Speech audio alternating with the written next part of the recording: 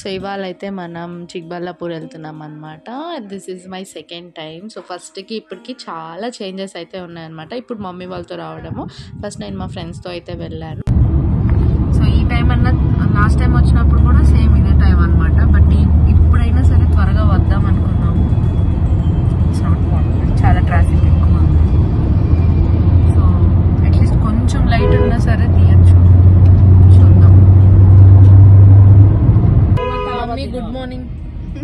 Please ఇప్పుడు దాకా నిద్రపోతానే ఉంది.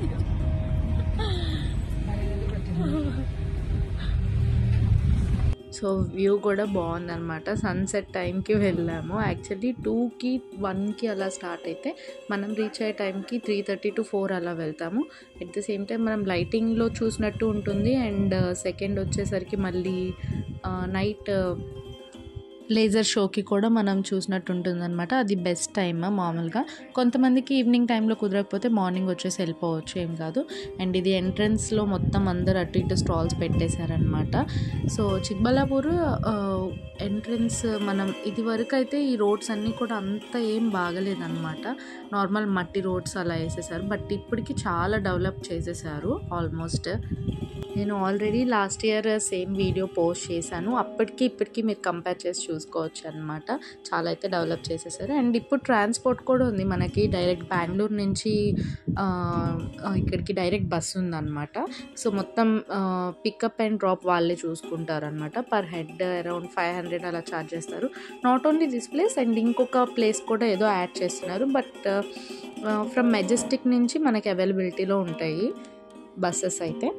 సర్టెన్ టైమింగ్స్ ఉంటాయి అన్నమాట. లైక్ మార్నింగ్ ఉంటుంది అనుకుంటా బస్సు. ఈవినింగ్ లేజర్ షోకి ఉంటుందో లేదో నాకు ఐడియా లేదు, కానీ మార్నింగ్ అయితే అవైలబిలిటీ ఉందని చూశాను. బట్ మోస్ట్లీ ఈవినింగ్ కూడా ఉండొచ్చు.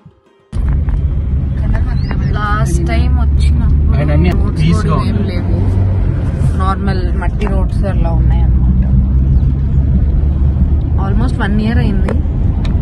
అండ్ ఎంట్రన్స్ దగ్గర నుంచి ఇందాక బోర్డు చూపించాను కదా, ఆ ఎంట్రన్స్ దగ్గర నుంచి మనం లోపల ఆదియోగి స్టాట్యూ దగ్గరికి రావడానికి ఆల్మోస్ట్ 3 kilometers ఉంటుంది అనమాట.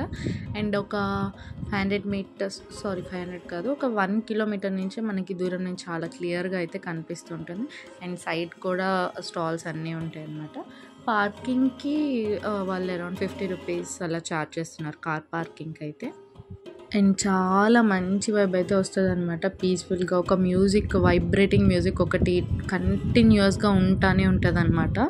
కొంచెం ముందుకు వెళ్తే పర్లేదు, కొంచెం లైటింగ్ ఉన్నప్పుడే వెళ్ళామన్నమాట. జస్ట్ మేము వెళ్ళిన ఒక 5 to 10 minutesకి మొత్తం లైటింగ్ అంతా డౌన్ అయిపోయింది. లైక్ అండ్ ఆఫ్టర్ 6 మనకి పైన స్టెప్స్ కనిపిస్తున్నాయి కదా, ఆ పైన శివుడి దగ్గరికి వెళ్ళనివ్వరు అనమాట. అక్కడ కింద ఒక గేట్ లాగా వేసేస్తారు. అక్కడితోనే అందరిని ఆపేస్తారనమాట. బిఫోర్ 6 అయితే మనల్ని అలో చేస్తారు. సో లాస్ట్ టైం మిస్ అయ్యాను, ఇప్పుడు కూడా మిస్ అయ్యాను. But next time definitely try చేస్తాను.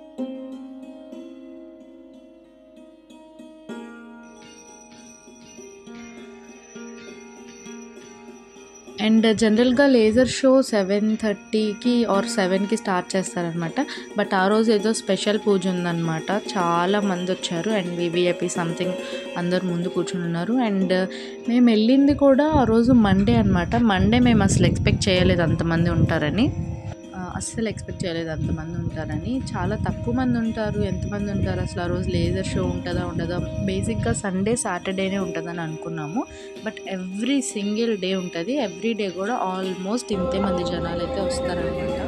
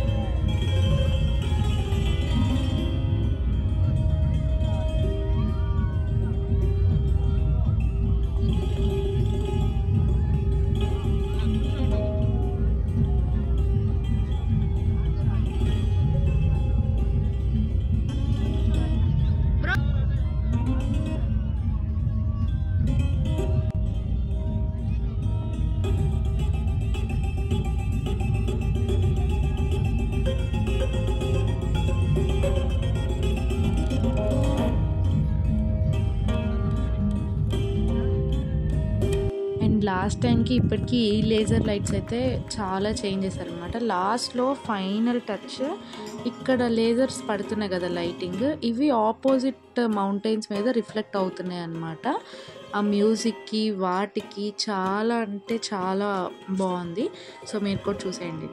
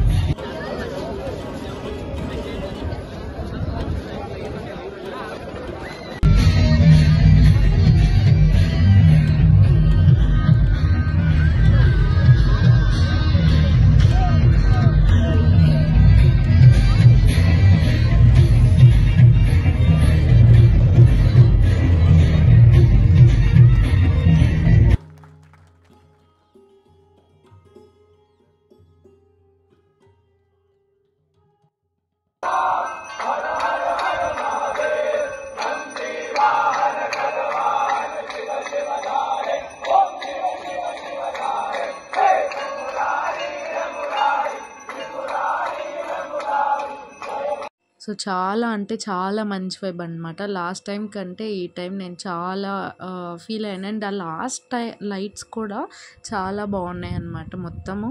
సో డెఫినెట్గా ఒకసారి మీరు కనుక బెంగళూరుకి నియర్ ప్లేసెస్లో ఉంటే